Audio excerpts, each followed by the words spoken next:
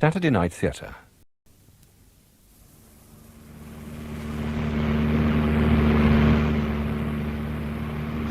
Just a few seconds more and we'll be down, you old cow. What the hell? Oh, damn fool. Hey, you! Look out! Get off the runway! Look out! You'll be killed! You'll be killed!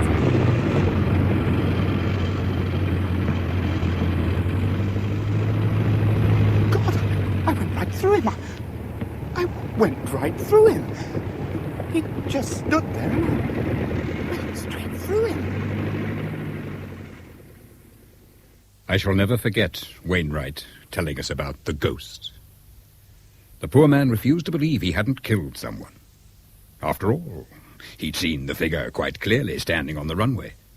And then after he'd run back to find him, there was nothing. No sign of a body. Only bloodstains. Everywhere. I think I was the only person in Montrose camp who understood a little of Wainwright's bewilderment. Because the previous night, I too had seen the ghost. It seems very strange to be writing all this now. After all, 27 years have elapsed since I first saw the ghost. But the events of the last few days have made me realize that I have to try to explain why it has again returned to haunt us.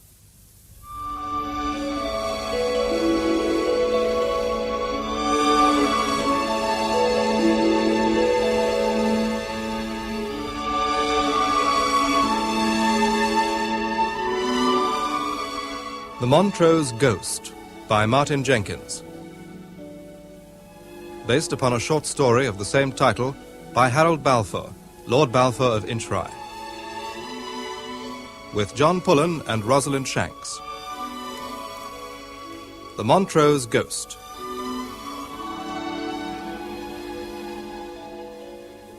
The date today is July the 5th, 1942. But this extraordinary story begins one morning in the spring of 1915. After 6 hectic months over the other side of the German line, I'd been posted to the Royal Flying Corps station in Montrose, Scotland, as a flying instructor. My nerves were in a bad way, and Montrose seemed an ideal spot to relax.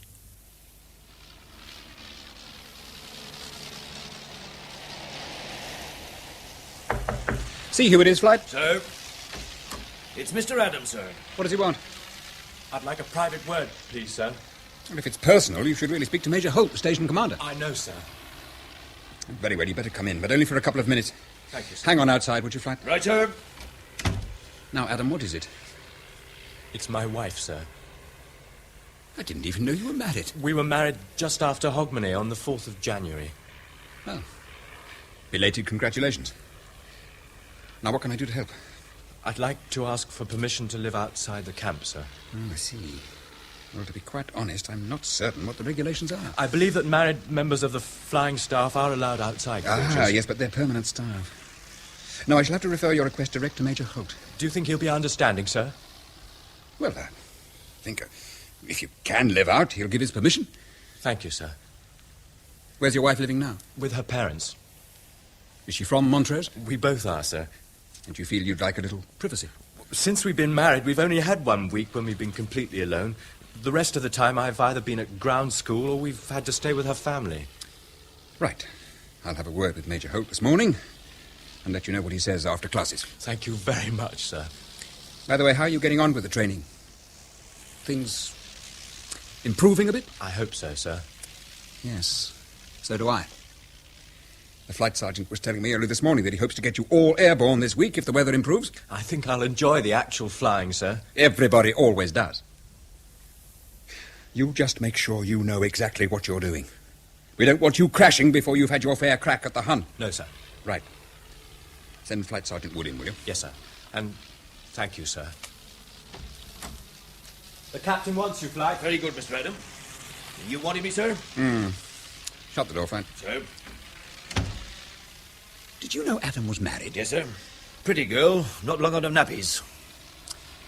Did Do you think it would be a good idea if Adam was to live outside camp? Well, he needs some incentive. At the moment, he's the worst of the bunch, and that's not saying much. Yeah. Well, I think it might be just what he needs. What he needs, sir, begging your pardon, is a firm kick up the backside. Perhaps what he really needs is to be told that he's no damn good. That wartime flying is not some fun and games exercise like hunting, shooting, and fishing. How the hell are we supposed to tell men like Adam that they'll probably be shot down within 2 weeks of arriving in France? We don't, sir. We teach them how to survive. Can you seriously imagine Adam or Jackson or Campbell Smith lasting more than a week in the squadron? You've said yourself, sir, they've got to learn, then have a lot of luck. After all, we were probably just as bad when we started. Yes. Look, sir, it's none of my business, I know that, but why don't you have a night out this evening? Quite a few of the men are going into town to celebrate the possibility of our getting airborne tomorrow. I appreciate the thought, Flight, and I may well take you up on it. Now, I think I'd better pop along and have a word with Major Holt about young Adam. You hold the fort here. Sir?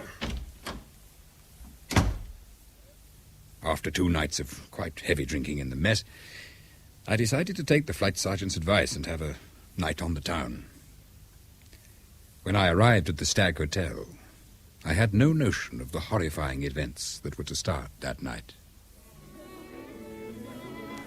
Hello, Adam. Oh, good evening, sir. This is my wife, Sylvia. I'm very pleased to meet you, Captain. Rupert has told me a great deal about you. And it's a pleasure to meet you, Mrs. Adam, I assure you. I've hardly met any of Rupert's colleagues. He keeps you all very secret. Well, we have been very busy. In fact, this is my first visit into Montrose since I arrived. Can I get you a drink, sir? Well, I was just about to go. But I'd like a small whiskey, please, with water. Sylvia? The same, please, darling. If you'll excuse me, sir. Yes, of course. So you are training Rupert to fly, Captain. I think he's a very lucky man. I don't do the actual training, Mrs. Adam. Your husband has simply been posted to my flight. Oh. No, his instruction is in the hands of Flight Sergeant Wood. Oh, and I've heard a lot about him, too. Uh-huh. Rupert seems positively terrified of him. Oh, Flight Sergeants are a very maligned race. Oh, Wood's an excellent man. Before the war, he used to be flying at Hendon. Your husband really is in very good hands. But you are a flyer yourself. Yes. Well, the whole camp seems to be here tonight. And Rupert has spent the whole evening avoiding them. I think he's worried they might all descend on us. I can understand how he feels. I think he's the only married man in his group. Here we are. 1 large whiskey and water.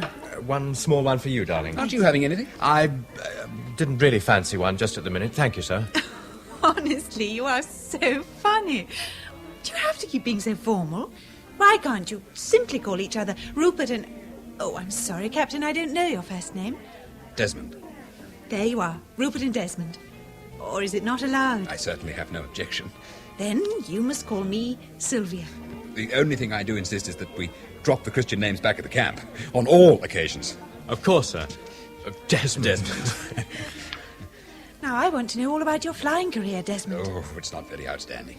You're just being modest. Rupert tells me you were awarded the Military Cross. Yes, I was. You must be terribly proud. It's not all that remarkable. What did you have to do? Stay alive. That's what I keep trying to teach them. How to stay alive. How many planes did you actually shoot down? Oh, 2 or 3, I think. Really?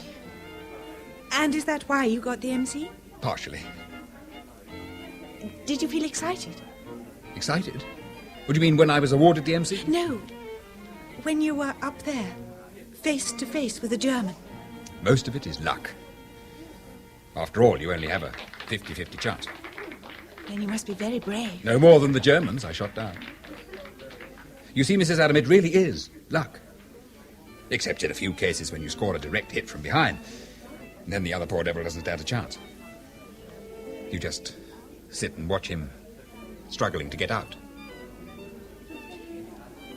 Will you join us for dinner? No, I really... Please? Here? Rupert hasn't told you, has he? What? Anything? No, I don't think so. He wants so desperately to be a pilot. Yes, I know. But he's not very good, is he? Average. As good as you were at this stage? Sylvia, that's hard. As good as Campbell Smith? But tell me, Desmond, I want to know. I'm not allowed to Tell talk. me. Major Holt has given him a fortnight, and then he must take his solo. Has he been all right so far? Well, that's difficult to say. He hasn't done any solo flights yet. But he told me he'd done over 8 hours solo. Isn't that true? Do you mean he hasn't even been up once on his own? I see. Isn't it stupid, but I didn't think he'd lied to me. I expect he meant to tell you the truth. No. How old are you, Desmond? Nearly 22. Why? So is Rupert. Yes, I know. His birthday is January the 4th, the day we were married. He lied to me then. Oh, not openly, but he implied things. Sylvia, don't you think I should go? I won't get all tearful, I promise you. It's not